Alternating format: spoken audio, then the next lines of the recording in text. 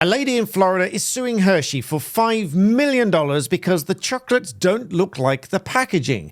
So in this video, I'm going to go through this complaint with you. But first of all, if you're new to me, we're here on Black Belt Secrets, and here I give you what I really think about these cases. So let's get into it. So I think this case off the bat is utterly ridiculous. And I say bat with no pun intended because one of the chocolates complained of is of a bat. Now, there are two designs to these packaging. One without the eyes and the engravings made on these things, which you can see on screen here, and others where they did appear with the engravings on the packaging, such as this one shown here.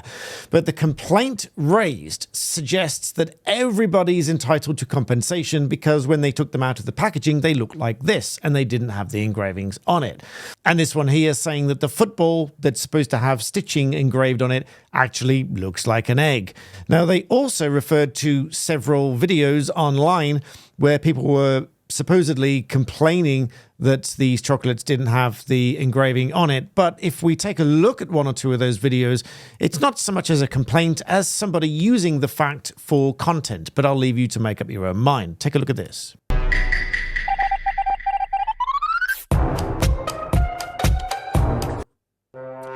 And that's it, really. So as far as I'm concerned, they're using the fact that these come out of the packaging without the engraving on it as an excuse to make content. And that's not the only one either.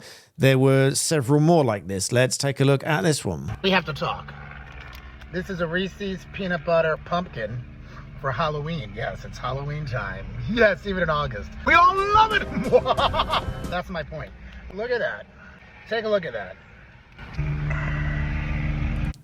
And pausing it there, and he brings it out and says, if you know it's a pumpkin, then obviously you can tell that it looks like a pumpkin, but otherwise you can't tell. And well, frankly, I think this is utterly ridiculous. We all know that these companies produce things and produce packaging, and they're designed to sell them and to create some excitement and so on. But what do you think? Do you think if you see a burger on an advert, that the burger that you served has to look exactly like the advert? Or is there some artistic license with the packaging that you think is perfectly allowable and perfectly fine? We all know that there's lots of tricks behind the scenes, such as using glue to mimic the stringiness of really fresh mozzarella cheese when they're using pizza. We've all seen those clips by now. But do you really expect that it's going to be as stringy as that when you buy the product and you eat the product? I just think this is a bit of a ridiculous claim. So let's go to the complaint itself and take a further look. The plaintiff here is suing Hershey on behalf of herself and all similarly situated individuals who purchased a Reese's peanut butter product based on false and deceptive advertising. Now, the key for me here, false and deceptive advertising. Now, on the one hand, you could argue quite easily that factually, it's correct that these came out of the packaging and they don't have those engravings on it. But is it deceptive? Now, this would require some kind of deceptive intention on the part of the company to intentionally deceive those that are buying it.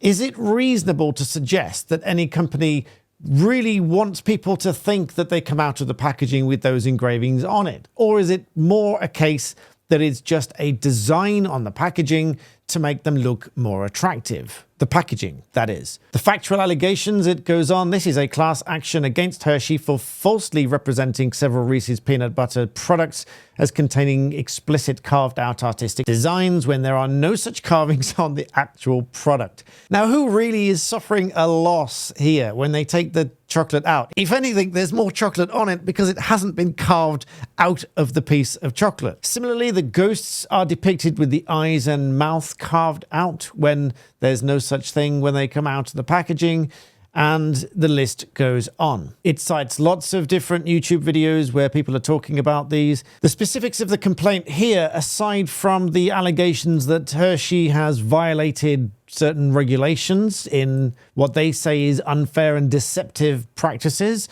As I've said, I don't think it's deceptive in my personal opinion, but you're of course entitled to your opinion as well. We are all entitled to our opinions. It complains that the plaintiff and numerous other customers purchased the products based on those false and misleading representations.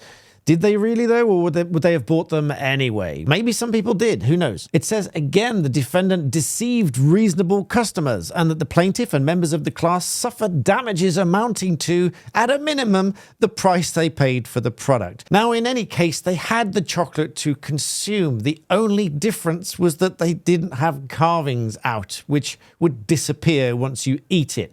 So actually, the only real loss suffered is when they took it out of the packaging and for that brief moment when they looked at it and said, oh, look, it's got the carvings out of it. That's the only supposed loss that they could really claim. There's no real monetary value based on that. It's not like you ordered a car that was supposedly four-wheel drive because that's how it was advertised, and then when it arrived, in fact, it was just two-wheel drive and they only put four-wheel drive on there to make it look good, to make you purchase it because you'd think it was four-wheel drive.